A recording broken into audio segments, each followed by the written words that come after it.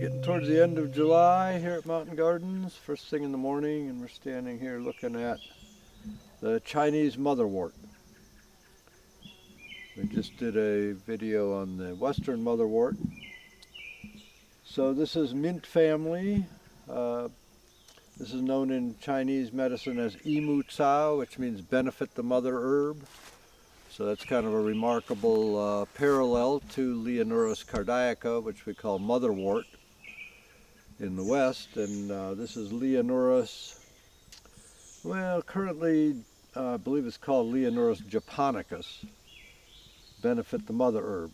It has various Latin names. It was Leonurus heterophyllus, and then it became Leonurus artemisia or Artemisia folia, and then it became, and then there's also a Leonurus sibiricus.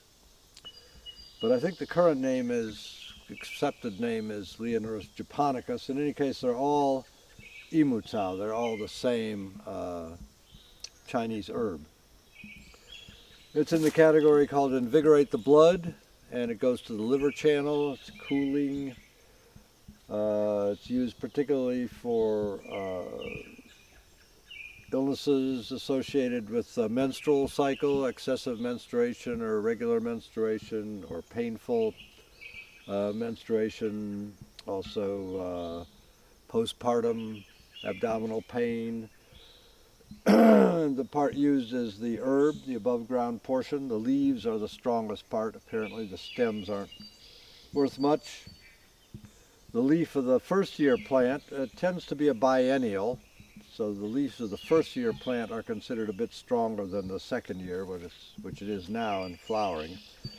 So the western one that we looked at, cardaica, is a full-on perennial, but this one is a biennial. Leaves the first year, flowers the second year. Leaves are rather deeply dissected, quite unusual for a mint. They tend more often to be whole, and you'll see the little mint flowers in whorls at the axils. The seeds of this plant are also used medicinally, and they are more specifically for the eyes. The plant goes to the liver channel, which is associated with the eyes. The eyes are the sense organ associated with the liver channel. And red eyes are thought to be excessive heat in the liver channel, too much yang energy. So the seeds are particularly good for reducing that, for red, painful, itchy eyes. And it's worthwhile collecting the seeds just to keep it from becoming a weed. This is one of the weediest of the Chinese herbs that I grow. If you leave this alone, you'll have it all over your garden in just a few years. So in self-defense, if nothing else, you might want to collect the seeds, or at least deadhead it before it all goes to seed. Let's see, so it's very easily grown, as that suggests, from seed. Just gather the seed and sprinkle it on the ground. You do want to keep it going from year to year.